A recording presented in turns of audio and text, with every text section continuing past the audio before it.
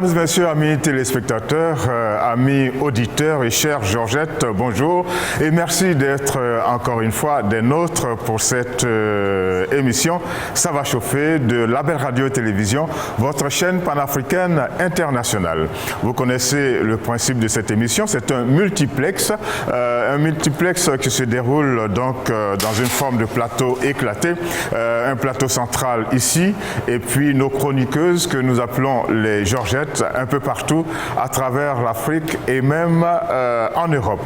Merci beaucoup à vous d'être là. Merci beaucoup de prendre de votre temps pour célébrer avec nous l'Afrique. L'Afrique, eh bien, c'est tout ce qui concourt à son développement. Et concourir à son développement, c'est des fois magnifier certaines personnes, mais aussi mettre le doigt sur un certain nombre de plaies.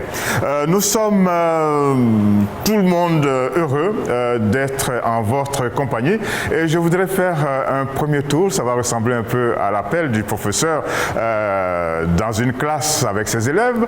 Allons-y pour dire bonjour déjà à Dakar, à Nogueï. Comment allez-vous Nogueï? Bonjour Georges. Ça va bien? Ça va et vous? Oui, moi ça va. Je vous entends pas bien quand même. Hein? Ça va, vous m'entendez? Vous voyez, quand on fait comme ça veut dire quoi? Monter? Allô, vous m'entendez, c'est bon? Ok, c'est le bon niveau. Nous allons vous quitter hein, et puis aller retrouver Adrienne à Milan. Nous sommes en Italie. Bonjour Adrienne. Ciao. Ciao, ciao. Ah, mais chez nous, les francophones, quand on dit ciao, ça veut dire au revoir. Non, Non. en Italie, quand on dit ciao, c'est bonjour. Quand on dit ciao, c'est bonjour. C'est bonjour comme au revoir. Vous allez bien? Vous avez passé une bonne semaine? Oui, ça va, on s'approche. C'est pas évident, oui. D'accord. Ok. On vous abandonne quelques instants pour revenir en Afrique occidentale et retrouver Sabrina. Bonjour Sabrina. Bonjour Georges, bonjour les Georgettes. Alors cette coiffure avec les 4 boules a disparu, hein? Oui, quelque peu, mais elle reviendra. Elle reviendra. Alors comment s'est passée la semaine à Accra, au Ghana? Accra, c'est bien la capitale du Ghana. Exactement. Semaine un peu troublée. À la fin de la semaine a été un peu troublée avec la mort de l'ancien président, mais sinon tout va bien à Accra. John Jerry Rawlings. Alors yes. Si vous le voulez bien, on va lui dédier cette émission. Oui, bien sûr, c'est un homme qui le mérite, mais vraiment.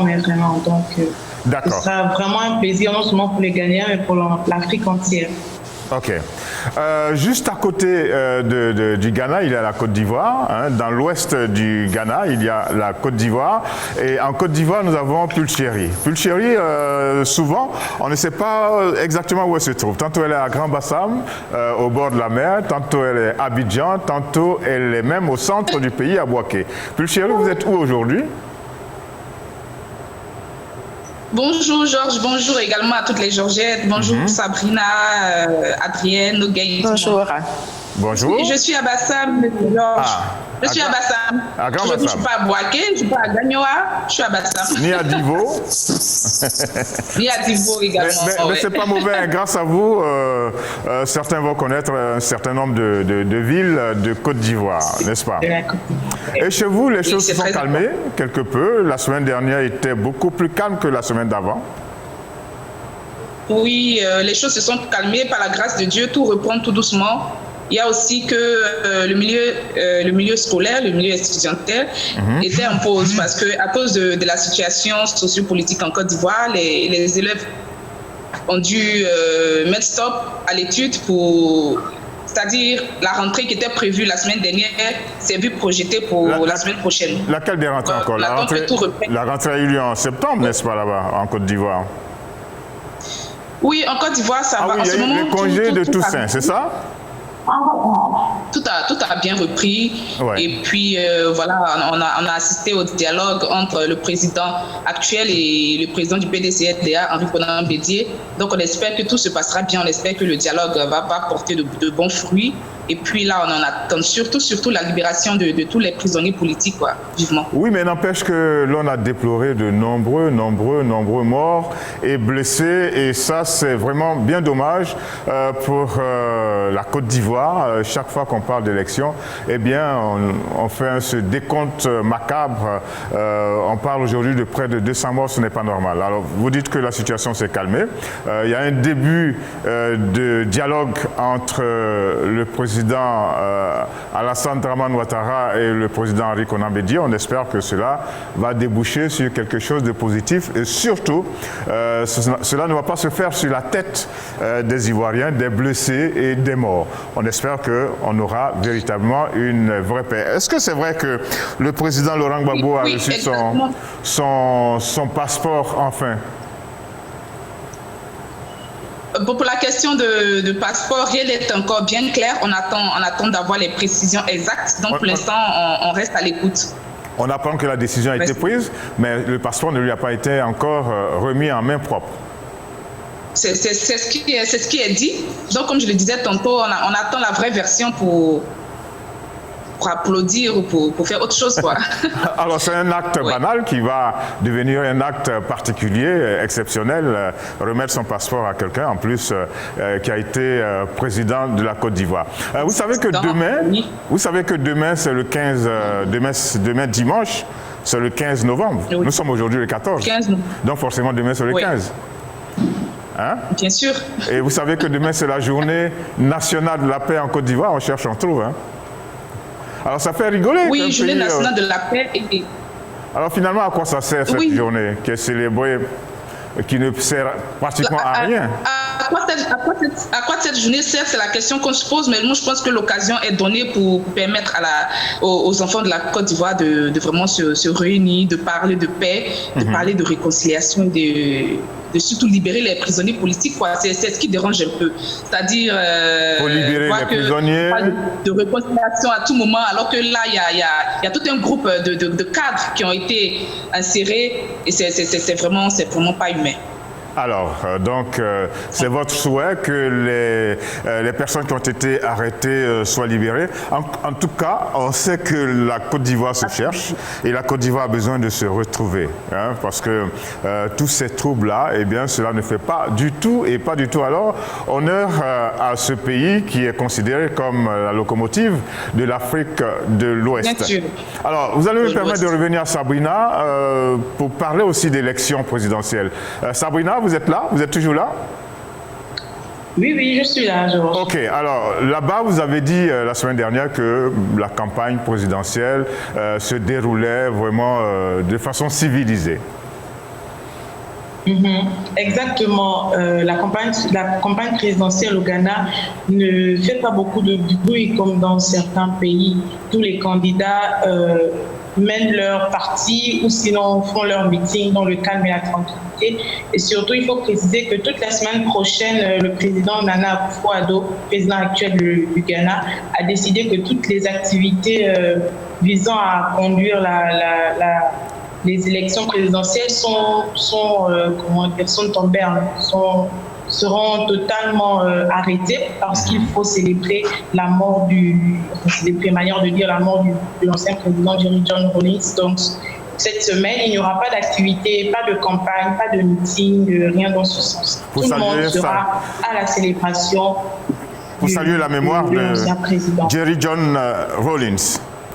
Ok. Exactement. Merci bien. Je remonte en Italie, retrouver encore Adrienne. Adrienne, oui? Je sais que vous êtes inquiète. Je sais que le coronavirus est en pleine grande menace encore. On parle de deuxième vague.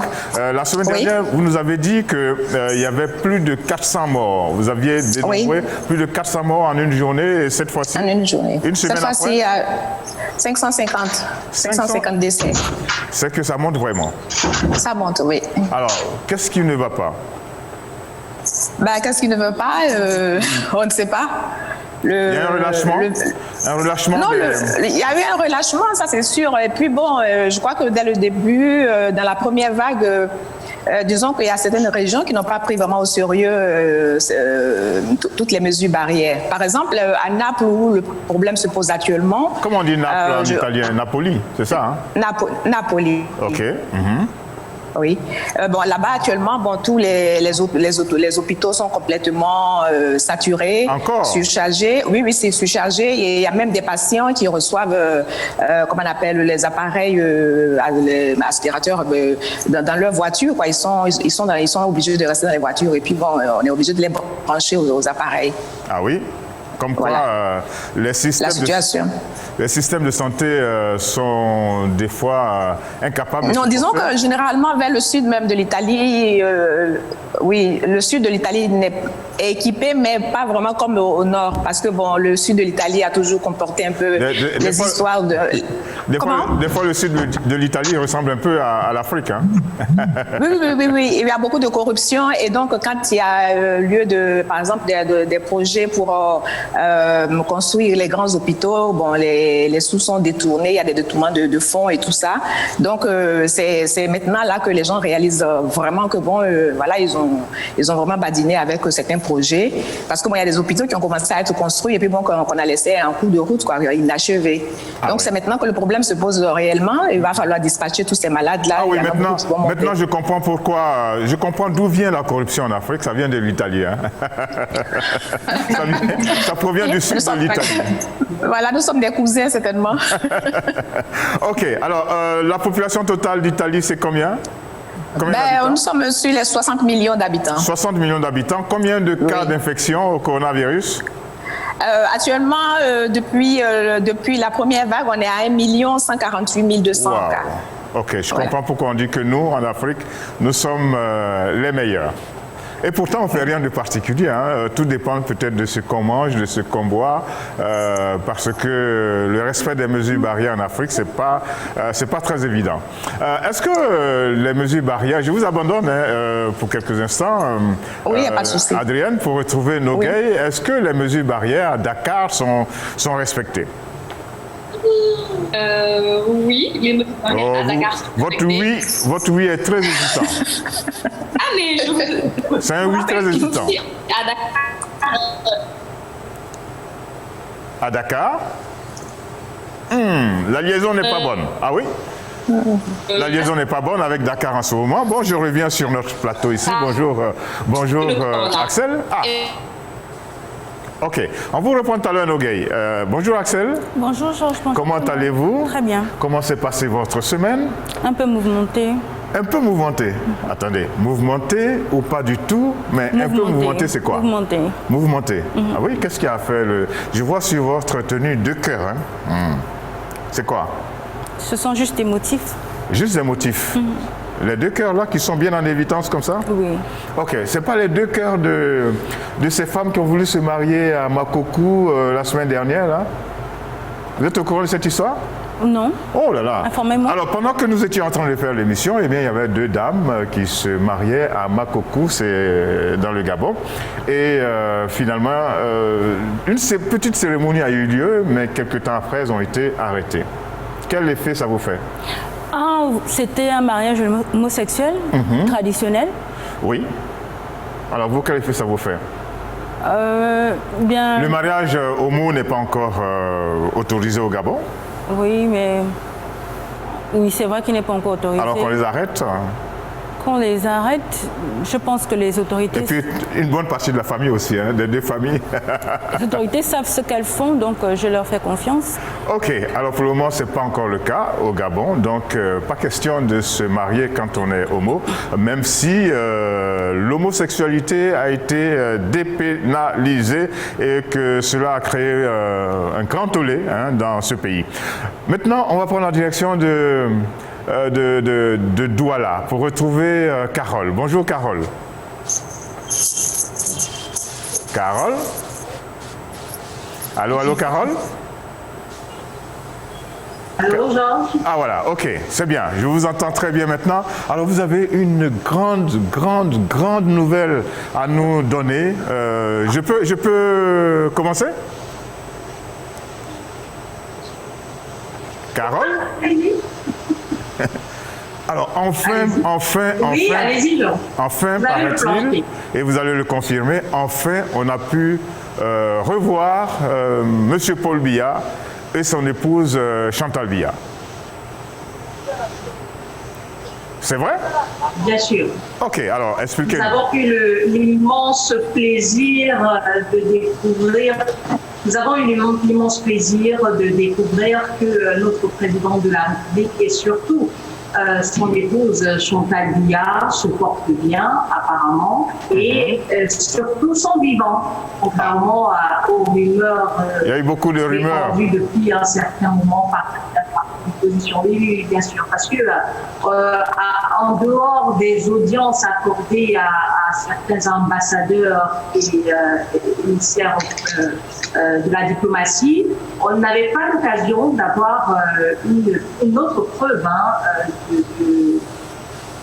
de ce que le président de la République et son équipe étaient encore en vie, surtout que lorsqu'il recevait ces personnalités dans son palais, il ne portait pas de masque, mais l'invité portait le masque. Donc, d'aucuns se disaient, est-ce que c'est vraiment Paul Biya au moment où tout le monde doit arborer un masque, lui, il n'a pas de masque et il reçoit un invité sans masque, il ne se touche pas. Donc, beaucoup se disaient, c'est un montage, comme vous savez, aujourd'hui, on peut placer une personnalité ici, on peut me placer ici, on met Michael Jackson, donc je vais prendre quelqu'un qui est encore vivant, on met Barack Obama près de moi et on fait semblant que nous sommes en train de parler et ça semble tellement réel. Donc beaucoup de personnes se disaient que c'était du montage. Cette fois-ci, Paul Biya n'était pas dans son palais, il n'était pas également barricadé dans son palais, dans son village natal à Ebolova, dans la région du Sud, à Bomeka, dans la région du Sud. Le président était dans une sorte de cérémonie populaire où tout le monde peut se retrouver. C'était la levée de corps de sa sœur aînée décédée. Ah, j'ai failli vous demander, ça a été à quelle occasion justement cette, j'ai envie de dire, résurrection? Vous savez, les morgues sont toujours, lors des mises en lumière, les morgues sont toujours remplies de monde. C'est la première fois depuis que nous avons ce président à la tête de Depuis combien de temps? Qu'on le voit. Depuis 38 ans, qu'on le voit à la mort. C'est la première fois. Il a perdu son frère aîné, on ne l'avait pas vu à la mort comme ça, assis avec son épouse. Donc c'est la première fois qu'on le voyait dans une cérémonie populaire et la première fois également qu'on le voyait arborer un masque de protection contre la Covid-19. Il était accompagné donc de son épouse Chantal Biya que nous n'avons pas vu depuis plusieurs mois. On ne sait pas où elle est. On nous disait qu'elle était à un bon écart dans le village natal de son mari là-bas. On n'avait pas trop d'images d'elle. La dernière fois qu'on l'a aperçue, ça fait peut-être 6 ou 7 mois, elle était dans une ferme de poules, de poulets. On disait que c'était sa ferme. Elle était venue regarder si ses poulets se portaient bien. C'était une photo. Ça fait très très longtemps qu'on ne la voyait plus depuis ce temps-là. Donc elle est réapparue. Elle n'a pas changé de coiffure, hein? À l'occasion de Elle n'a pas changé de coiffure, hein? Hey, c'est notre Chantal, hein? On dirait que vous avez envie de faire la concurrence à Madame Biya, hein, Carole. Hein? Oui, mais elle n'a pas son numéro 2. J'ai essayé, elle n'a pas son numéro 2. J'ai essayé, je n'y arrive pas. Ok. Alors nous allons présenter nos condoléances au couple Biya et être heureux avec tous les Camerounais de cette... La sœur aînée, elle attend 2 ans. Hein.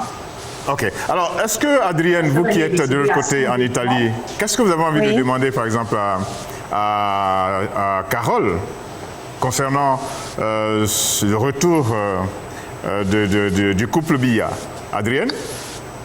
Oui. Vous avez envie de savoir quelque chose d'autre concernant le retour du couple Biya? Non. Qui avait disparu des écrans, hein? Non. Non? Non. Pulchérie? Moi, non. Non. Sabrina? Moi, oui, parce que apparemment les chefs d'État des pays d'Afrique centrale aiment disparaître et réapparaître après plusieurs temps. Donc, vu qu'il a réapparu à la morgue, est-ce que désormais nous le verrons sur son fauteuil en train de prendre des décisions et de rediriger le Cameroun comme avant? Mais c'est pas parce qu'on ne le voit pas qu'il ne prenait pas de décisions, hein? Oui, bon, je laisse Carole répondre. Toute population a besoin de voir son chef d'État et ça c'est rassurant. Si vous voyez le visage de Carole, il est gai parce que enfin, elle l'a dit, enfin, on a pu revoir le président Paul Biya. Et les cheveux de Carole ont poussé tout d'un coup. Voilà. Ça fait son effet, hein? Exactement. Qu'est-ce que vous avez envie de demander à Carole concernant le retour sur la scène du président Paul Biya? Non, rien spécialement. Ok. Alors, vous étiez en train de nous dire aussi qu'à Dakar, on respecte ou on ne respecte pas les gestes barrières? Oui, Georges, à Dakar, on respecte les gestes barrières parce qu'on peut dire que... On respecte ou bien on ne respecte pas? Non, on respecte les gestes barrières. On respecte. Oui, okay. À Dakar, on respecte les gestes barrières parce qu'on parle plus pratiquement de coronavirus au Sénégal. Le nombre de cas a considérablement diminué. Donc, nous pouvons dire que nous gérons bien le coronavirus. Notre problème se situe autre part en ce moment. Nous sommes en deuil. Qu'est-ce qui s'est passé encore? Comme je vous le disais la semaine dernière, avec le bateau qui a fait naufrage, avec les migrants qui essayaient de regagner l'Occident, face au mutisme des autorités sénégalaises, le Sénégal s'est mis en deuil à travers les réseaux sociaux. La Twistosphère, Instagram, pratiquement tous les réseaux sociaux ont rendu hommage ce vendredi 13 aux 480 migrants qui ont perdu la vie en essayant de regagner l'Occident à travers avec les pirogues. Alors, cette affaire n'est pas encore terminée, qu'il y en a une qui explose concernant un jeune homme, un adolescent de 14 ans. Non, ça ne s'est pas passé comme ça exactement. En fait, le jeune homme faisait partie du bateau qui devait regagner l'Occident avec les autres migrants. Oui. Alors, tout à l'heure, on va en reparler. C'est l'un de nos sujets de débat. On va en reparler. Alors, comme tout le monde est en place, Axel ici avec moi, Nogueï à Dakar, Carole à Douala, Adrienne à Milan, Sabrina à Accra et Pulchéry à Grand Bassam. Et nos téléspectateurs et nos auditeurs, eh bien, on va se faire une grande accolade et on va prendre la direction de l'Angola. Pourquoi? Parce qu'il y a quelques jours seulement, le 11 novembre dernier, ce pays célébrait eh bien, sa fête nationale et les Angolais, vous savez, ils sont doués en matière de musique et de danse. N'oubliez pas, quand on parle de Kizumba, par exemple, c'est eux. Alors, nous avons choisi un monsieur qui est très connu en Angola, qui s'appelle Bonga, pour nous faire danser, pour faire véritablement décoller cette émission.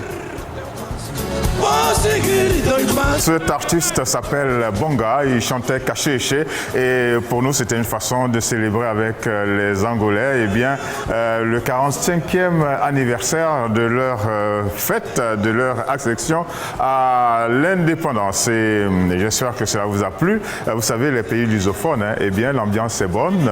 La Guinée-Bissau, l'Angola, le Mozambique, voici des pays où l'ambiance est super bonne, quelles que soient les difficultés qui existent dans le pays. Maintenant, je reviens à Carole.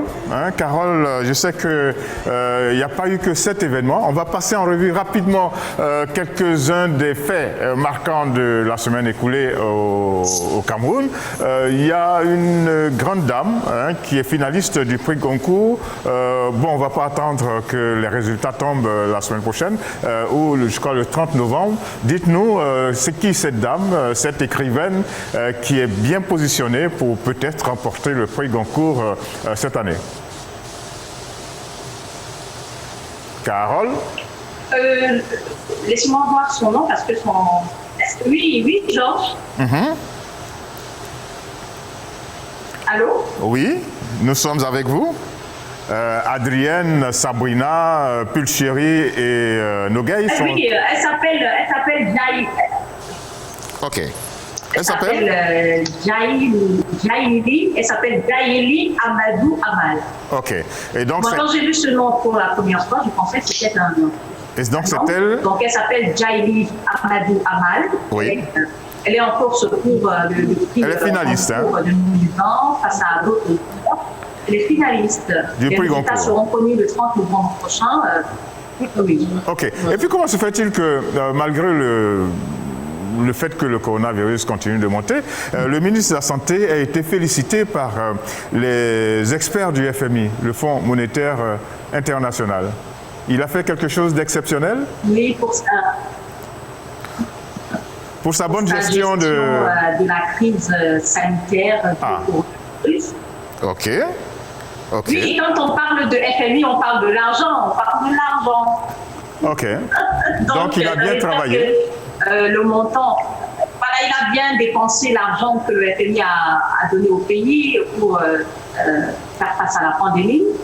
Donc, il a bien géré de l'argent malgré tout ce qui a été dit dans la presse camerounaise, comme quoi certaines sommes avaient disparu.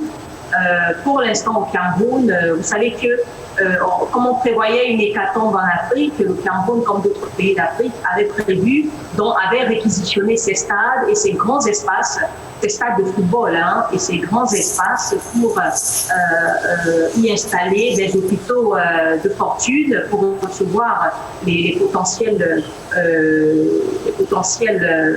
malades de coronavirus. On a attendu des mois, aucun malade n'a été installé dans ces zones-là. Donc le Premier ministre, je pense, ou le secrétaire général du Premier ministère, a demandé au ministre de la Santé publique du Cameroun de délocaliser ces stades-là dans le pays, parce que les cas tombent auxquels. Alors nous on va dire chapeau, monsieur le ministre. Hein? Chapeau, monsieur le ministre, si les experts du FMI vous félicitent, nous on se met avec eux. Et puis on dit bravo. Mais il y a eu un fait qui a défrayé également la chronique. Il y a une dame, il paraît, alors faites attention, mesdames, à ce que vous allez dire sur ce plateau. Il y a une dame au Cameroun qui a été écrouée parce qu'elle aurait menti pendant une émission. Qu'est-ce que c'est encore? Qu'est-ce qu'elle a dit de si grave? C'est une émission intitulée Parole de femmes, qui donne la parole aux femmes. Cette émission a 4 invités sur le plateau, 3. Ce sont des personnes qui sont invitées par rapport au thème. Et ce jour-là, c'était un thème qui portait sur la crise anglophone, sur les victimes de la crise anglophone. Alors, 3 femmes avaient été invitées.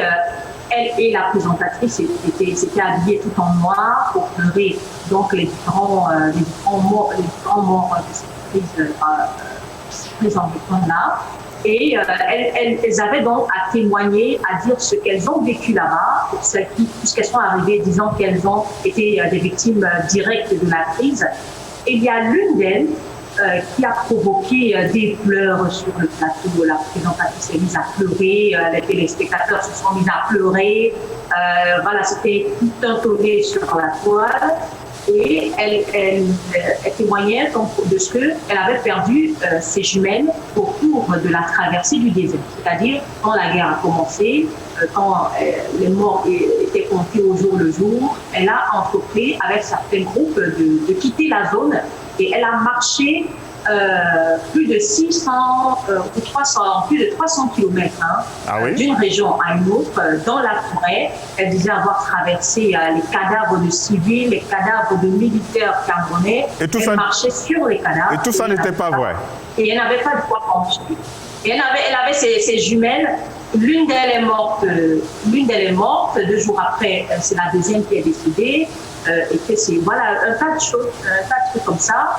Et il y a une voisine qui a reconnu cette dame-là, une voisine qui regardait l'émission et a reconnu cette dame-là. Qui l'a dénoncée. C'est sa voisine et elle n'a jamais été à combat, elle n'a jamais vécu la prise en anglophone, elle n'a jamais perdu d'enfant. Et elle a donc dénoncé l'invité de cette émission dans un milliard de gendarmerie qui a fait son travail. Voilà, elle a été gardée à vue dans cette brigade-là pendant des jours et finalement écrouée pour mensonger, surtout sur l'armée camerounaise, qu'on voit certains militaires tués. D'accord. Un dernier fait. Elle a été écrouée, malgré... Un dernier fait que je voudrais soulever là, il se trouve que des avocats ont été gentiment et durement gazés la semaine dernière au palais de justice. Alors, qui va les défendre? Cette semaine, hein, qui va défendre ces avocats? Il y a une image par rapport à ce fait-là. Il y a une image qui circule sur la toile. Une image il y a deux barreaux. Il y a deux barreaux dans une prison. Et on entend une voix dans un des barreaux qui dit aux forces de défense ou aux gardiens de prison, je veux voir mon avocat. Et de l'autre côté, c'est l'avocat qui répond, lui aussi il est enfermé dans le barreau, dans une cellule, il répond à travers son barreau, je suis de ce côté, je suis avec toi. Okay. Pour dire que le client et son conseil sont tous les deux aujourd'hui en cellule. Ouais. En fait, c'est une histoire de corruption, en fait. Il y a deux messieurs qui ont été condamnés, un monsieur qui a été condamné à 18 mois de prison par un juge et son frère qui ne supportait pas cette condamnation-là, a vu les deux avocats de son frère, de celui qui était déjà éprouvé en prison. Il leur a remis une somme, on parle de 3 500 000 pour remettre à la juge, pour la corrompre en quelque sorte, de lever cette condamnation et de faire sortir, même si la condamnation n'était pas levée, de faire sortir son frère de prison pour qu'il comparaisse libre. Voilà. Et ça n'a pas marché. Le jour au tribunal, le frère, la juge a quand même donné la sentence. Malgré cela, le frère s'est levé dans la salle et il a dit « Vous êtes une corrompue, madame la juge, je vous ai remis 3 millions de francs et vous condamnez mon frère, ce n'est pas juste. » Il a commencé à faire du bruit. Donc, les deux conseils qui étaient là, il y a l'avocat, les deux conseils de celui qui était déjà en prison, se sont levés et ils ont demandé à ce monsieur de s'asseoir. Il a dit « Non, je vous ai remis 3 millions de remettre à la juge. » Vous n'avez pas. La juge a dit qu'elle n'a rien touché. C'était dans leur bureau. Hein. Elle n'avait pas reçu d'argent. Et voilà. Tout ça. Donc ça a fait tout un tollé, le bruit, et la juge a donc jugé qu'il y avait outrage à magistrat. Elle a fait arrêter les deux avocats, les deux conseils de ce client-là. Elle les a également gardés en cellule et les avocats sont venus plaider pour la libération de ces deux avocats-là, que même s'ils avaient des griefs d'accusation contre eux, il fallait qu'ils comparaissent libres. La juge ne l'a pas entendu cette oreille. Tous les avocats de Douala, presque tous les avocats se sont rendus au palais de justice ce jour-là pour poser des cautions pour que les deux conseils sortent et comparaissent libres. La juge ne l'a pas accepté. Elle a dit qu'elle n'est pas pour la corruption et elle a donc, comme les avocats ne voulaient pas sortir, ils ont créé tout un désordre là-bas. Elle a fait appel aux forces de l'ordre. Ils ont fini par être gazés. D'abord, ils ont gentiment d'abord demandé aux hommes en noir, en robe, de libérer la salle. Personne ne voulait entendre cela. Ça a donc créé ce que ça a créé. On a gagé, on a fouetté certains pour qu'ils libèrent la salle. Et pour l'instant, nous avons deux avocats de cette affaire qui sont écrits. Okay. Et deux autres personnes, le frère et celui qui était. Et ils ont été purement et simplement gazés. Alors, Adrienne, vous voyez que le Cameroun, ça bouge. Hein, il y a beaucoup de faits, il y a beaucoup d'événements. Ça ressemble au sud de l'Italie. Hein. Plus ou moins, plus ou moins. Alors, quand vous entendez tout ça, ça vous fait quoi? Ça vous ramène en Afrique, hein, forcément? Ben oui, ça me ramène forcément en Afrique. Mais il faut dire qu'il y a des événements pareils dans les pays européens. Problèmes de corruption au niveau de la justice. Au niveau de la justice, oui, c'est les mêmes, on va dire, c'est les mêmes trains de vie. Hein. C'est pas parce qu'on est en Europe que ça veut dire que tout roule sur que c'est sur des roulettes, quoi, non. Ok. Alors, n'oubliez pas que la semaine dernière, on était en plein débat et on avait décidé de remettre le couvert, mais on va le remettre d'une autre façon. Concernant les beaux-parents, la gestion des beaux-parents. Alors aujourd'hui, la question que nous nous posons, c'est est-il aussi dur et difficile d'avoir des relations au beau fixe avec la belle famille? Vous me posez la question? Non, pas pour le moment. On envoie le sujet et puis je vous repose la question après. D'accord. Généralement, les mariages sont des événements heureux. L'ambiance festive, les beaux habits, le sourire sur les visages, tout ça fait grand bien à tout le monde. Quoi qu'il soit d'amour ou arrangé, les mariages sont appréciés par la société. Ils représentent l'union entre deux personnes et entre deux grandes familles. Les mariés s'accommodent à leur propre mode de vie tout en essayant de s'adapter à leur belle famille. Celles-ci, qu'elles appartiennent à une même classe sociale ou pas, à une même région ou pas, affichent souvent de grandes particularités. Et alors, la cohabitation entre les époux et leur belle famille peuvent s'avérer des plus difficiles. En effet, il n'est pas rare de constater que les mères ont du mal à se séparer de leur fils devenu mari. Ainsi, les visites fréquentes d'un homme chez sa mère peuvent être interprétées par son épouse comme le signe d'une certaine infidélité. Il n'est pas non plus rare d'entendre un beau-fils dire que sa belle-mère lui pompe l'air carrément. Une belle fille sur 5 considère que les parents de son mari constituent toujours pour elle une question épineuse. Et il est même très fréquent de remarquer que de belles-mères et de belles-filles fonctionnent comme de vrais rivales. Les proportions que peuvent prendre ces conflits sont parfois considérables et peuvent conduire directement certains couples à rompre. Chers auditeurs, chers téléspectateurs et bien chère Georgette, voici la question du jour. Comment parvenir à entretenir de bonnes relations couple belle famille? Est-ce réellement un casse-tête? À vous la parole au 074 55 11 02 si vous êtes au Gabon ou au plus 241 74 55 11 02 si vous êtes dans un pays autre que le Gabon. Ok. Alors, chère Georgette Adrienne, je suis avec vous. Est-il aussi compliqué d'avoir de bonnes relations avec sa belle famille? Bah, ça dépend. De quoi? Ça dépend. Il y a plusieurs facteurs qui rentrent en ligne de compte. Les plus importants. Oui, d'abord, moi, je vais d'abord commencer par citer la mentalité. La mentalité des personnes, disons la belle famille qu'on va rencontrer, on va chercher à comprendre qui sont ces personnes, qu'est-ce qu'elles pensent, comment elles vous reçoivent déjà dès la première fois où elles vous rencontrent, comment est-ce qu'elles se comportent, tout.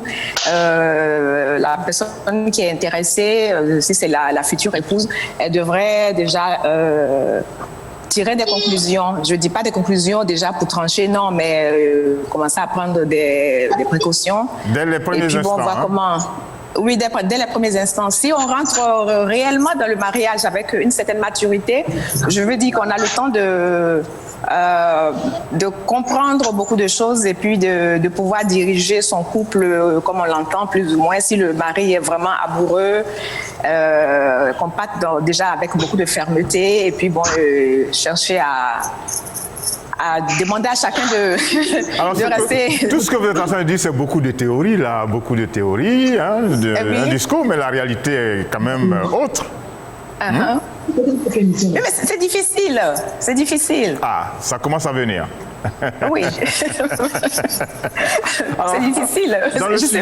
Dans le commentaire qui a précédé votre commentaire, il est par exemple question d'un beau-fils qui dit que sa belle-mère lui pompe l'air. Et c'est souvent que l'on entend cela. Ben oui, c'est souvent parce que bon, les beaux-parents... ma première question que je vais poser, c'est on prend le mariage dans le contexte africain ou bien dans le contexte général?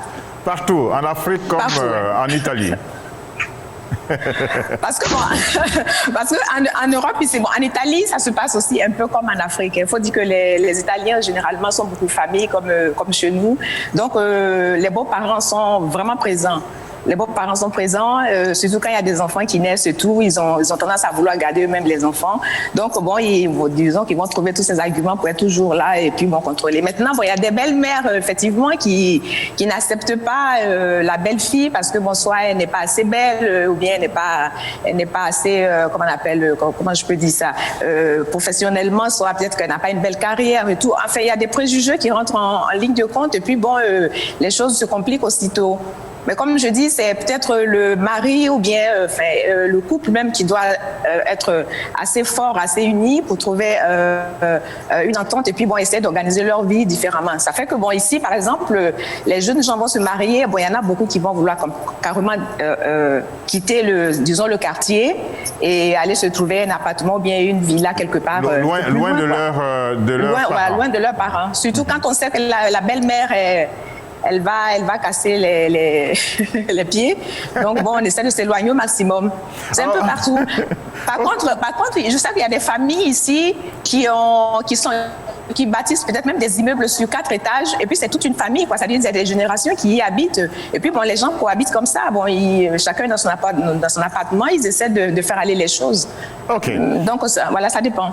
Alors, direction Dakar, pour retrouver Nogaï, qui disait la semaine dernière que quand vous vous mariez à quelqu'un, vous épousez sa famille. Nogaï, qu'est-ce que cela veut dire? Je le pense toujours. Quand on épouse quelqu'un, on épouse toute sa famille. Vous tombez amoureuse d'un monsieur, vous ne tombez pas forcément amoureuse de toute la famille. Non, moi je parle selon ma culture et selon ma religion. Au Sénégal, par exemple, quand on épouse quelqu'un... Vous voulez dire que dans la culture, dans la religion, il n'y a pas l'amour? Non, ce n'est pas ce que j'ai dit. Attention. Ok, allez-y alors. Voilà, exactement. Quand on épouse quelqu'un, on retrouve une seconde famille en fait. Je retrouve un père, je retrouve une mère. Donc en principe, il ne devrait pas y avoir de problème. Après, en principe, vous dites bien en principe. En principe, il ne devrait pas y avoir de problème. Oui. Mais après, il faut prendre en considération d'autres paramètres, c'est-à-dire le fait que c'est le choc de 2 personnalités différentes, 2 éducations différentes. Donc, il va falloir s'adapter pour pouvoir vivre en harmonie. Et je pense que les problèmes, elles surviennent la plupart du temps quand la belle famille essaie de trop s'immiscer dans la vie du couple, dans l'éducation des enfants ou dans la vie. Mais attendez, si des fois la proximité est telle que le couple et la belle famille se voient tous les jours, se côtoient, des fois habitent la même concession, c'est tout à fait normal que la belle famille jette un regard dans l'éducation des enfants, dans tout ce qui concerne le couple, non? Oui, exactement. Et je ne pense pas qu'il devrait y avoir un problème dans ce cas aussi, parce que ma belle-mère peut forcément savoir quelque chose que je ne connais pas. Elle est plus âgée que moi, c'est ma maman. Donc, elle peut m'apprendre certaines choses sur l'éducation des enfants, mais après... Mais ça, c'est de la théorie. Dans la réalité, ça donne des... La théorie. Non, moi, en fait, c'est ma vision des choses. Je me dis, en fait, que... Du moment que je veux qu'on parle de la réalité des choses. Mais pourquoi c'est la réalité aussi? Parce que pour moi, la belle famille, elle intervient seulement quand il y a un problème. Qu'on se retrouve face à un mur. Des fois, il va falloir qu'on arrive à s'en sortir. Sinon, c'est le divorce. Après, c'est vrai que la plupart du temps, il y a des problèmes. Il y a la belle-mère qui s'immisce trop dans le couple, qui n'aime pas trop sa belle-fille, qui est souvent jalouse. Ça, c'est des réalités aussi. Mais c'est l'Afrique. C'est l'Afrique. Et Sabrina, vous allez nous dire, je ne sais pas quelle est votre lecture de la situation, vous allez nous dire pourquoi souvent il y a ce choc entre la belle-mère et la belle-fille. Bon, selon moi, je pense que c'est surtout parce que les mères sont un peu protectrices d'une certaine manière et donc elles n'ont pas forcément de limites lorsqu'elles veulent protéger leur fils. Elles veulent le protéger contre toute personne. Protéger par exemple la fille que leur fils va épouser n'a pas la même éducation qu'elle a donnée à leur fils. Et donc elles sont un peu méfiantes de comment est-ce que cette jeune-là, comment est-ce que cette dernière va mener le foyer. Si le mari a été éduqué par exemple, il aime sa famille, il est tout le temps à la maison avec sa mère, ses frères, ses sœurs, elle a peur par exemple qu'avec sa femme, il préfère déjà rester avec sa femme au lieu de fréquenter encore de manière très quotidienne sa famille. Donc la mère, souvent, la mère de l'homme, je précise, elle est très protectrice et ça entraîne beaucoup de problèmes parce qu'elle ne se limite pas à donner des conseils. Parfois, elle intervient, on va dire quoi, elle s'infiltre elle vient directement dans le foyer pour elle donner son avis afin que la fille, qui elle aussi a reçu une éducation, parce que n'oublions pas que la fille qui vient a aussi une maman. Et sa maman aussi lui a donné une éducation et comment gérer le foyer. Bien sûr que ce que la belle-mère va lui dire, et c'est la bienvenue, la belle-mère est une maman dans certains contextes, mais après, si ça ne cadre pas avec la vision des choses qu'elle a reçues, elle, de sa maman, c'est là où le problème survient, parce qu'en fait, elle se retrouve au milieu de l'éducation que sa mère lui a donnée et de l'éducation que sa belle-mère veut lui imposer. Et donc là, tout le problème, en fait, se lève. Et si le mari n'est pas fort pour arriver à calmer sa mère... N'est pas fort, ça veut dire quoi? Fort, c'est-à-dire si le mari n'est pas capable de dire à sa mère, maman, j'ai grandi, je suis un homme et je suis déjà capable de fonder ma famille et donc je laisse la responsabilité à ma femme, à qui je fais d'ailleurs très confiance, de gérer le foyer et de gérer les enfants. Donc tu peux la conseiller, tu peux lui donner le conseil, et moi aussi, mais tu n'es pas obligé d'être là tout le temps. Parce que ce qui est sûr, c'est que toi aussi, tu étais la belle-fille de quelqu'un. Et si tu n'as pas subi ça, ou du moins si tu l'as subi, ce n'est pas la même chose que tu dois faire subir à ma femme. Okay. Donc si le mari n'est pas capable de le dire à sa mère, les problèmes commencent parce qu'il sera en train de jongler entre sa femme et sa mère. Et entre deux femmes, on sait toujours qu'il y a des plombs qui vont sauter, il y a des cris, il y aura tout ce genre de trucs. Ah, mais attention, voilà. C'est pas seulement entre deux femmes. Et là, je vais retrouver maintenant Pulchérie. Des fois, c'est entre l'homme, l'époux et sa belle-mère. Alors, finalement, cette histoire de belle-mère, c'est une affaire compliquée. Hein? Belle-mère, que ce soit la maman de l'époux ou la maman de l'épouse, en tout cas, ça pose un problème. Alors, le problème belle-mère et du mari de sa fille, il peut provenir d'où, Pulchérie? Puisque dans le papier, dans le sujet qu'on a entendu là, on dit que des fois, le beau-fils dit « Ah, ma belle-mère me pompe l'air ». Les belles-mères vont nous donner des taloches aujourd'hui. Hein. C'est peut-être possible, mais généralement, les soucis qui interviennent, c'est plus belle-fille et belle-mère. Sinon, généralement, les hommes n'ont pas de soucis avec les beaux-parents. Hein, mais parlons quand même. C'est rare de voir ce cas-là. Le beau-fils et sa belle-mère. Des fois, bon, il est un peu fatigué de... Sa belle-mère, à moins que... Adrien l'a dit tout à l'heure, il y a une question de mentalité, d'éducation. Donc, peut-être que l'homme, en général, peut-être souvent, il est compliqué de nature, il est dur pour avoir un problème avec ses beaux-parents. Sinon, généralement, en tout cas, moi, la majorité des cas que j'ai vus, j'ai jamais assisté à un cas où l'époux a des soucis avec ses beaux-parents. D'accord. À Gambassam, ça arrive. À Gambassam, quelle est l'ethnie dominante? C'est le peuple Nzima. Nzima. Ok. Alors là-bas, ça donne quoi entre les belles-mères et le belles-filles? De Mewe, notre artiste Mewe, à qui je fais un coucou d'ailleurs, qui est originaire de Grand Bassam. Avec son zoblazo. Alors, ça donne quoi dans la communauté Nzima, les affaires de belle-mère? Belle-mère et belle-fille. Oui, ici, ce qui a été dit, ce qui a été plus souvent remarqué, c'est qu'ici à Grand Bassam, on constate de plus en plus de femmes veuves. De femmes? Et les gens ont tendance à dire que... Moi, je dois faire une investigation à ce sujet d'ailleurs. On dit que... De plus en plus de femmes? Non, les femmes sont de plus en plus... Elles deviennent de plus en plus veuves. C'est-à-dire qu'il y a énormément de veuves à Grand Bassam, dans le peuple Zima, en griffe. Qu'est-ce que ça dit? C'est-à-dire que, bon, c'est ce qui est dit, mais moi, je n'ai pas encore fait d'investigation. Je c'est que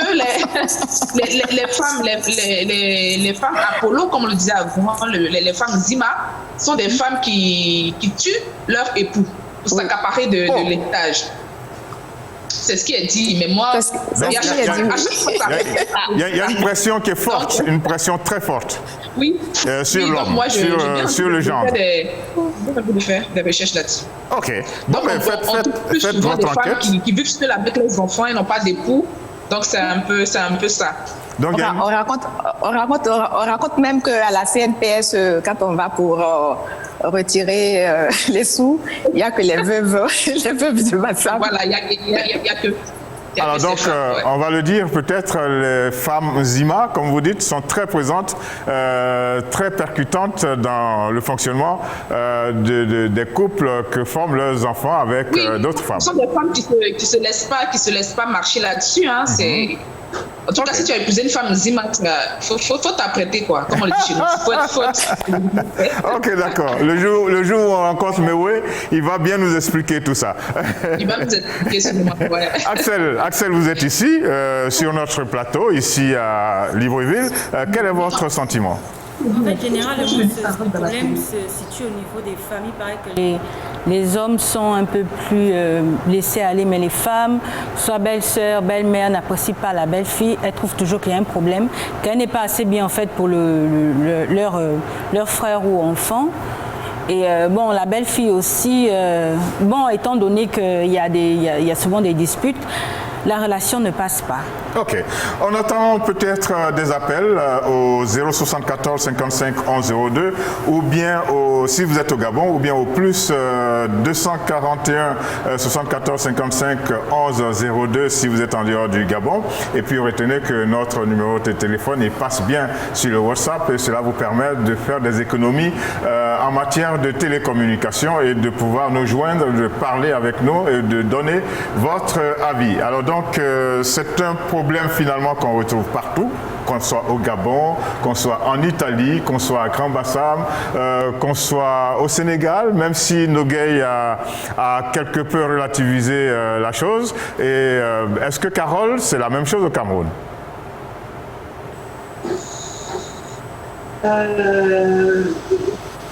Bon, moi j'apprécie les pays musulmans parce que là-bas, la religion a une place très très importante dans l'impact de la religion, la vie familiale, la vie d'un couple, oui, la religion dans les pays musulmans, parce qu'il y a beaucoup plus de pratiquants dans les pays musulmans que dans les pays chrétiens. Chez nous, c'est souvent élastique, les pays laïcs, chrétiens, là, c'est souvent élastique, c'est pas tout le monde qui suit les recommandations bibliques et tout ça. J'apprécie vraiment ces pays-là, parce que chez nous, on est mélangé, on est tiraillé entre la religion, des religions qui sont diverses. Chez les chrétiens, on trouve tellement d'églises, et ces églises-là ne s'entendent pas. Donc, on peut avoir une femme qui est d'une église de réveil et l'homme qui est d'une église comme témoin de Jéhovah, ou alors chacun vient avec sa religion dans la maison. La belle-mère qui a une influence sur son fils fréquente la même église que sa mère. Le beau-père qui a une influence de ses parents a sa part d'église. Et puis le grand-père qui est là pour rappeler au couple que il faut respecter la tradition avant de respecter vos choses-là, vos choses de l'église-là. Respecter d'abord la tradition.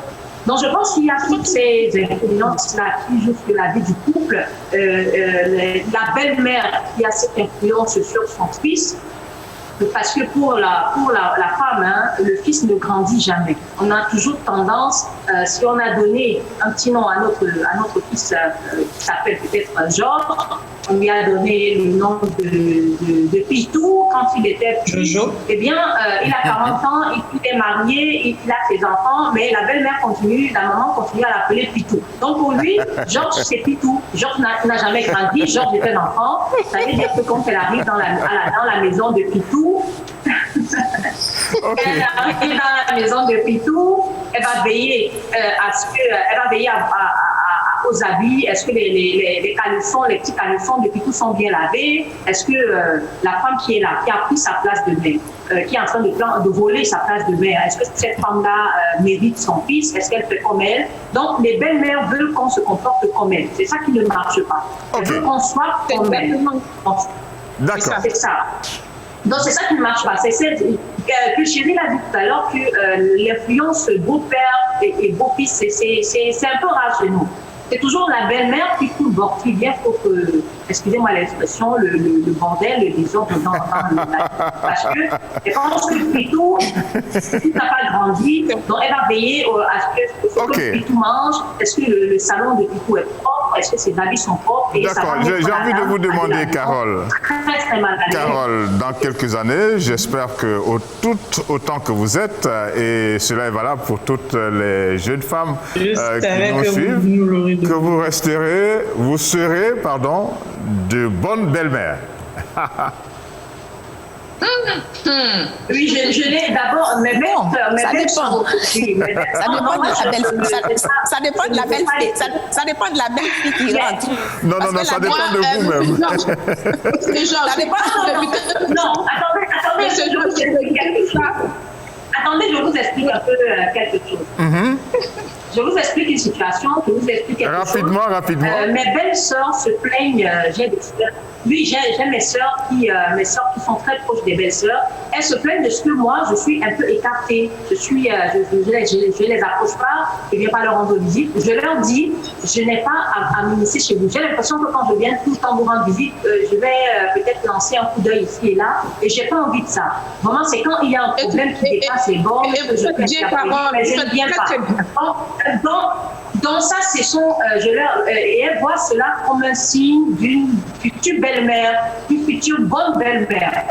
Je ne veux pas m'immiscer dans mon frère peut avoir la plus laide fille du monde. S'il l'aime, si ça fille, et je leur ai déjà dit, je n'interviens pas dans votre maison, je ne viens pas vous rendre visite. Ok, alors. Je ne viens pas parce que je sais ce que ça fait une fille qui est en mariage d'avoir toujours des gens chez elle. Alors les Georgettes, rendez-vous. Donc j'espère. Les Georgettes, rendez-vous dans quelques années. Hein. J'espère que cette émission va traverser le temps. Rendez-vous dans quelques années. On va voir. Nous sommes déjà des belles-mères, genre. On va voir si Sabrina, si Nogay, si Pulchéry, si Adrienne, Axel et Carole, si elles font de bonnes belles-mères. Alors, on va calmer quelque peu les ardeurs. Nous sommes en plein mariage. Hein. Là, on est en plein mariage. Il y a des difficultés. Mais il y en a qui tapent à la porte pour... Genre, je suis déjà belle-mère. Je suis déjà belle-mère, genre. Ok. Il y en a qui tapent à la porte, qui veulent entrer dans le mariage et qui posent la question où est le mariage. Eh bien, c'est le titre du prochain morceau que vous allez suivre maintenant. C'est un morceau qui nous est emballé par l'une des stars de ce pays, Chanel, avec une autre star africaine. Il s'appelle... You can't replace me, and definitely not with a woman. Me too. What about me? I'm being evicted like a South African farmer. I won the popular vote. This is white genocide.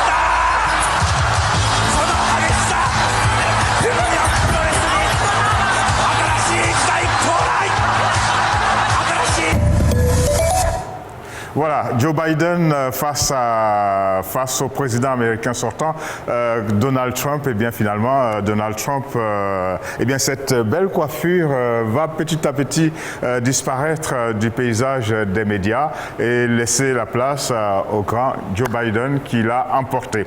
C'est vrai que Donald Trump ne se laisse pas faire, il a décidé de continuer de se plaindre, mais bon, on pense que la cause est entendue. Maintenant, on va se consacré à notre grand monsieur Jerry John Rawlings qui nous a quittés.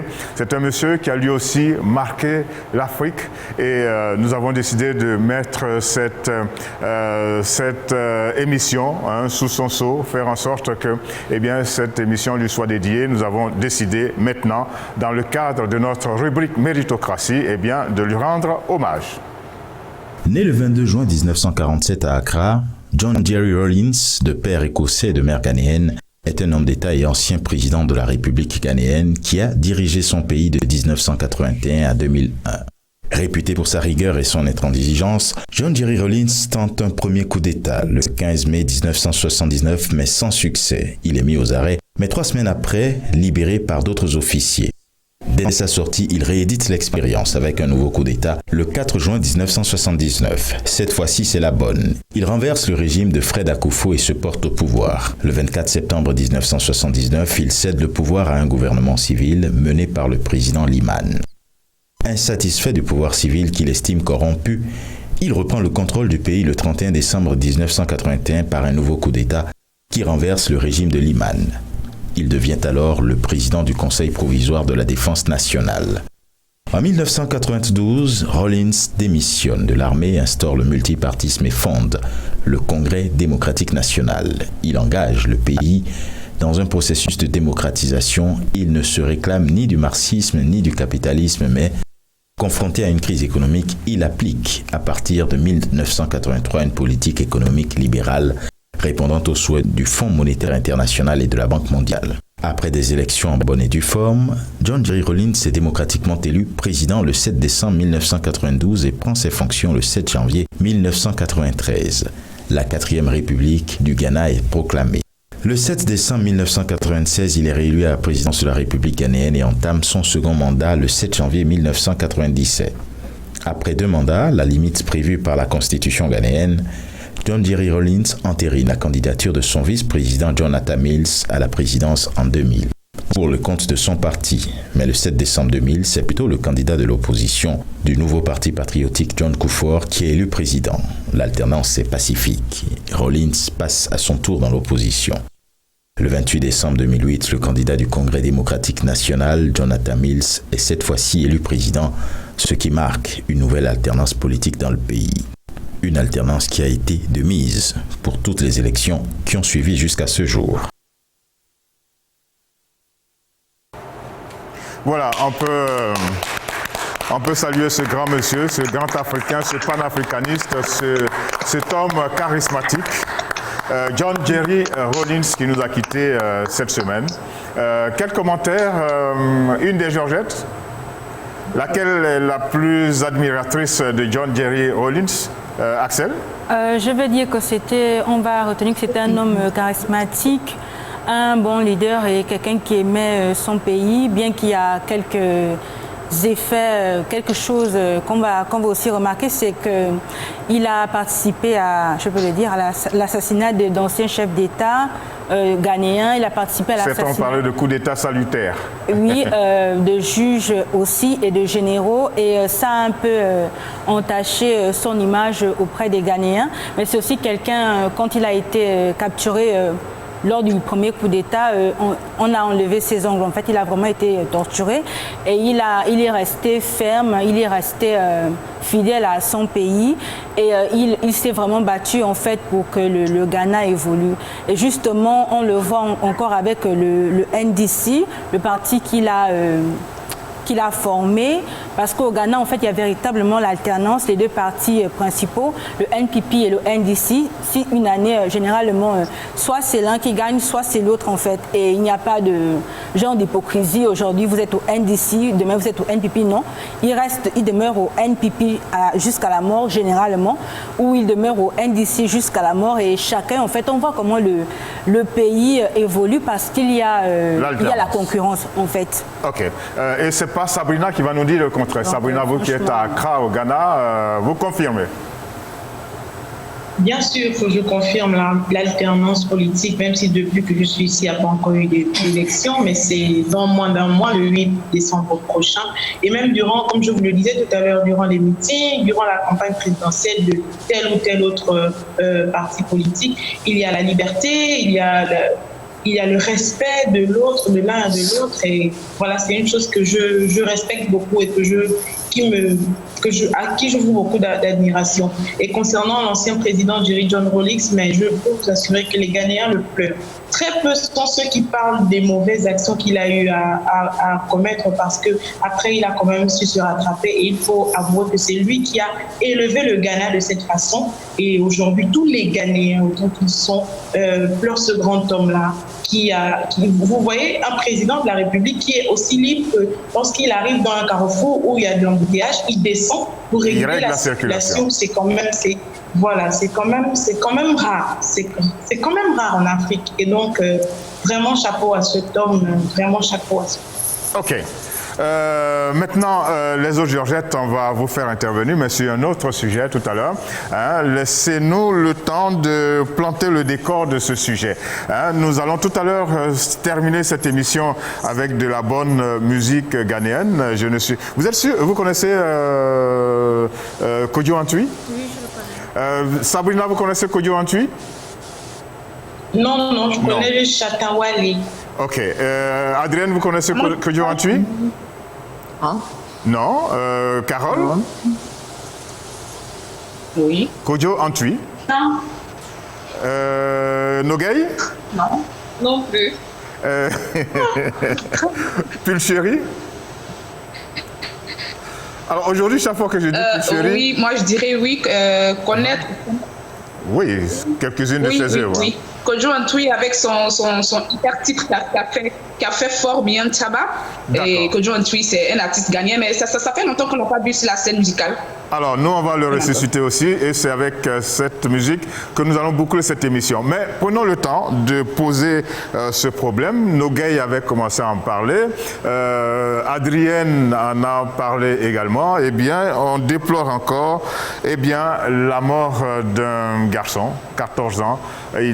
Son père a dû payer pour qu'il affronte les eaux et pour qu'il atterrisse en Europe afin de devenir footballeur. Eh bien, le sort en a décidé autrement. Le Sénégal s'est réveillé ce mercredi 11 novembre 2020 avec une gueule de bois. Les mois étaient partout, total, après l'annonce médiatique de l'arrestation d'un homme accusé d'avoir expédié à la mort son fils âgé de seulement 14 ans. Ce père avait payé le voyage de son fils qui devait regagner l'Europe via les canaux clandestins. Le jeune Doudou Faye, tout comme de nombreux partisans à l'immigration clandestine, est tombé gravement malade durant la traversée. Certains de ses compagnons d'infortune ont tenté de le sauver. Au beau milieu de l'océan Atlantique, il a malheureusement péri et rendu l'âme. Comble de l'horreur, son cadavre a été jeté à la mer. Le père du jeune Doudou Faye avait cru bien faire de s'offrir les services de passeur piroguier afin que son fils voyage à bord d'embarcations de fortune. Objectif, émigrer en Europe et intégrer un club de football espagnol, puisque Doudou Faye rêvait de devenir footballeur professionnel. Ce rêve s'est dramatiquement brisé. Le père de Doudou Faye a été arrêté et placé en garde à vue. Il est poursuivi pour homicide involontaire et complicité des migrations clandestines. Les Georgettes, mais aussi vous, nos auditeurs et téléspectateurs, comment qualifiez-vous l'initiative prise par le père du jeune Doudou Faye? Stupidité, ignorance, ambition folle? Dites-le nous au 074 55 11 02 si vous êtes au Gabon ou au plus 241 74 55 11 02 si vous êtes en dehors du Gabon. Nogay, vous avez la parole. Voulez-vous rectifier certaines choses? Le décor est bien planté. Y a-t-il des choses qui manquent à ce qu'a dit Zita? Le décor est assez bien planté, je trouve, à part que je peux dire que son père a été mis aux arrêts. Il est poursuivi pour homicide involontaire, pour meurtre. Donc, je trouve que, franchement, j'ai pas de mots face à cet axe. Envoyer son fils à la mort... Mais lui, il ne l'envoyait pas à la mort, il l'envoyait en Europe pour devenir footballeur. Non, sinon il ne serait pas mis aux arrêts parce que tu ne peux pas prendre un enfant de 14 ans et même pour les adultes c'est quelque chose, je trouve que c'est un acte suicidaire. Donc envoyer son fils de 14 ans qui est encore un adolescent qui a un brillant avenir parce que c'était un élève assez brillant, il venait de décrocher son BFM, il était assez bon au foot et même le club de Génération Foot comptait le recruter cette année. Donc s'il avait été un peu plus patient, il a tout simplement gâché l'avenir de cet enfant qui avait toute la vie devant lui pour réussir en fait. Donc je trouve que c'est un acte meurtrier, c'est un acte suicidaire d'envoyer son fils comme ça à l'immigration clandestine. Ok. Votre commentaire est clair et net, c'est un homicide. Adrienne, vous nous parliez de la même chose à peu près, mais concernant une petite de 6 mois. Mais, oui, il y a eu une embarcation comme ça aussi de fortune qui a échoué sur les rives libyennes. Le temps que le bateau de secours arrive, c'était une petite fille de 6 mois. La mère l'a perdue. Oui, elle faisait partie des 5 personnes qui sont décédées. On n'a pas pu la récupérer. Ouais. Donc, il y a cette maman qui criait, il y a la vidéo qui passe sur la toile actuellement, là, cette maman qui pleure et tout. Ben, c'est vrai qu'elle a été sauvée, elle va fouler le sol italien, je ne sais pas si elle y est déjà, mais comment commence son aventure maintenant, en perdant son bébé de 6 mois? Moi, je ne sais pas, c'est un traumatisme. On ne peut pas dire qu'on va à l'aventure, voilà. Forcément. Moi, je pense que le continent doit être vraiment informé. Le continent doit être informé beaucoup. C'est un peu ce que nous faisons. Voilà, il faut si, je ne sais pas si la possibilité, il faut vraiment lancer si notre émission même peut lancer comment on appelle, des images, des vidéos, au moment où les bateaux sont vous voyez les vagues, les mers qui sont agitées, où on leur jette des bouées de sauvetage, ceux qui ne peuvent même pas s'accrocher. C'est des scènes vraiment horribles à voir et savoir que ce sont des êtres humains, des Africains qui viennent pour chercher quelque chose de meilleur. Et puis bon, voilà quoi. C'est triste. Moi, je ne sais pas s'il y a la possibilité même de faire passer des vidéos pour sensibiliser les Africains. D'accord. Sinon, c'est bien noté. C'est un geste suicidaire. C'est bien compris. Et nous allons inscrire dans l'un de nos prochains débats cette question des migrants dans les eaux entre l'Europe et l'Afrique. Nous sommes en train de boucler cette émission. Nous faisons donc un dernier tour. Sabrina, qu'est-ce que vous en dites? Georges, laissez-moi rappeler d'abord que 2020, apparemment, il n'y a que des jeunes de 24 ans, des jeunes de 14 ans qui meurent dans ce genre d'accident parce qu'en Côte d'Ivoire, le 8 janvier 2020, il y a ce jeune-là, Laurent Annie, qui s'est retrouvé qui est allé se mettre dans l'avion. Voilà, parce qu'il voulait simplement découvrir l'Europe, mais je trouve ça très écœurant parce que j'ai l'impression que ce sont les médias africains, chose qui n'est peut-être pas vraie, mais que ce sont les médias africains qui nourrissent ce genre de pensée dans la vie des jeunes. Que l'Europe est meilleure. Il y a toujours de plus belles images de l'Europe. En Europe, on mange bien, on vit bien, il y a du travail. Merci, la belle radio-télévision dit bien Branding Africa. Yes, exactement. Et donc, sur la belle radio et télévision, on devrait davantage faire passer ce branding africain afin que les Africains comprennent que l'Afrique aussi a de meilleurs côtés et que c'est nous qui devons améliorer l'Afrique pour qu'elle soit meilleure que l'Europe. Parce que si on continue de penser ainsi, on va perdre tous les jeunes qui doivent faire l'avenir de demain. Et donc, voilà comment un jeune se retrouve. Mais ce père-là, moi, je pense qu'il doit vraiment être puni par la loi parce que c'est même pas involontaire, c'est volontaire. Surtout, on sait aujourd'hui que plusieurs chaînes de télévision parlent de ça, que ce n'est pas une comment dire, le voyage n'est pas un berceau d'or, c'est un voyage complètement terrible. Mais comment est-ce qu'il peut envoyer son fils de 14 ans? J'aurais même voulu que, parce que par sa responsabilité de père, il accepte de partir pour sauver sa famille au lieu d'envoyer son fils. C'est complètement criminel. Et donc, voilà quoi, je pense qu'on doit vraiment faire passer le Branding Africa sur nos médias africains. Alors, Pulchérie, vous avez le même sentiment? Oui, j'ai le même sentiment et je rejoins l'idée de Sabrina de ce que les médias jouent un rôle très important dans cette sensibilisation-là pour qu'ensemble on mette fin à tout ce massacre africain. Et l'Eldorado, ça se passe ici, c'est chez nous même ici. Et là, ça me rappelle un peu l'histoire d'une amie d'enfance qui a traversé le Maroc pour se retrouver en Espagne. Et quand elle m'expliquait son histoire, vraiment, j'ai eu des larmes aux yeux. C'est vraiment pénible. Il n'y a pas que la mer, parce qu'il y a les moments difficiles même que ces personnes vivent sur le terrain là où ils s'en vont.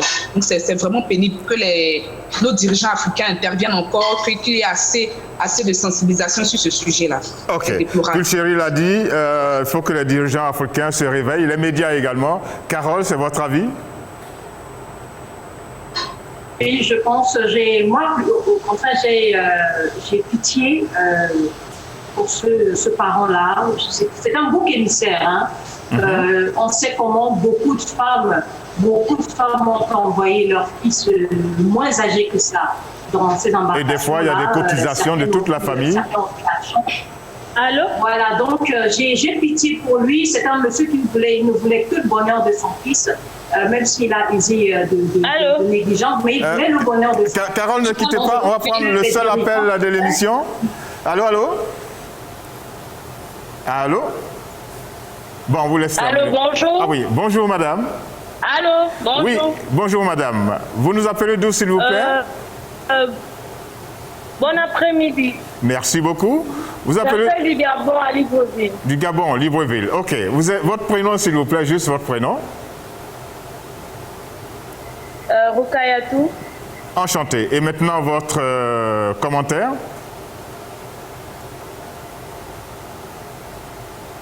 Allô?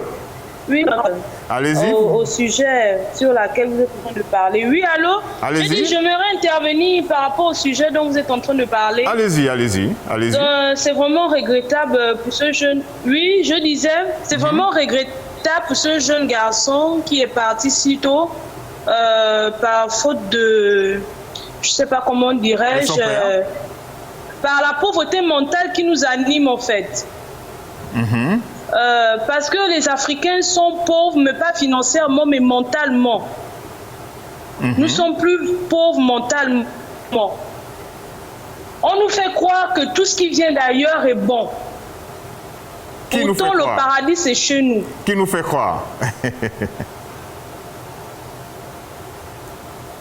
Allô? Bon, elle a dit qu'on nous fait croire que le paradis c'est là-bas, alors que le paradis est ici. Carole, je vous laisse terminer et puis on va boucler cette émission. Carole? Oui, donc je disais que j'avais pitié de ce monsieur-là, j'ai pitié de lui. Si je peux plaider pour sa libération, ce serait bien. C'est juste un bouc émissaire. Beaucoup de parents sont passés par là. Et puis, je demande au gouvernement africain de regarder ces choses-là de près, d'arrêter les discours et de passer à l'action. OK. Bien sûr. Excusez-moi, Georges. De mourir dans la mer. Oui. Excusez-moi. Il nous reste juste une poignée de secondes. Oui, Nogueï. J'aimerais ajouter quelque chose pour Carole. Je ne pense pas que avoir pitié de ce monsieur-là serait vraiment la solution, parce qu'il faut noter qu'on vient d'apprendre ce matin qu'il est millionnaire, qu'il possède 3 maisons et qu'il a pratiquement 3 bateaux de croisière à Sali.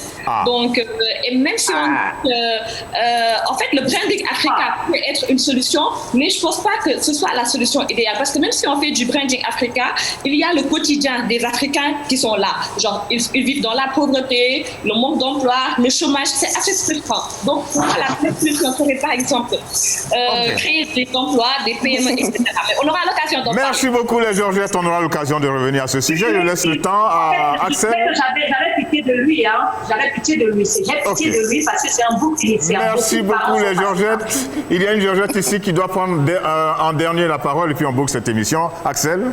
En fait, je voulais me mettre du côté du monsieur qui voulait certainement faire plaisir à son petit garçon qui... On dit qu'il était millionnaire. Hein. Oui, donc ça change en fait la donne, mais pour moi, en fait, c'est qu'il voulait faire plaisir. Le petit est très intéressé par le football, par la vie des footballeurs, etc. Il veut réaliser son rêve. Il en parle à son père, mais apparemment, son père n'a pas bien réfléchi ou n'a pas bien pris des renseignements en fait, et puis ça c'est assez mal terminé, mais il voulait, je pense que ça venait d'une bonne intention. Voilà.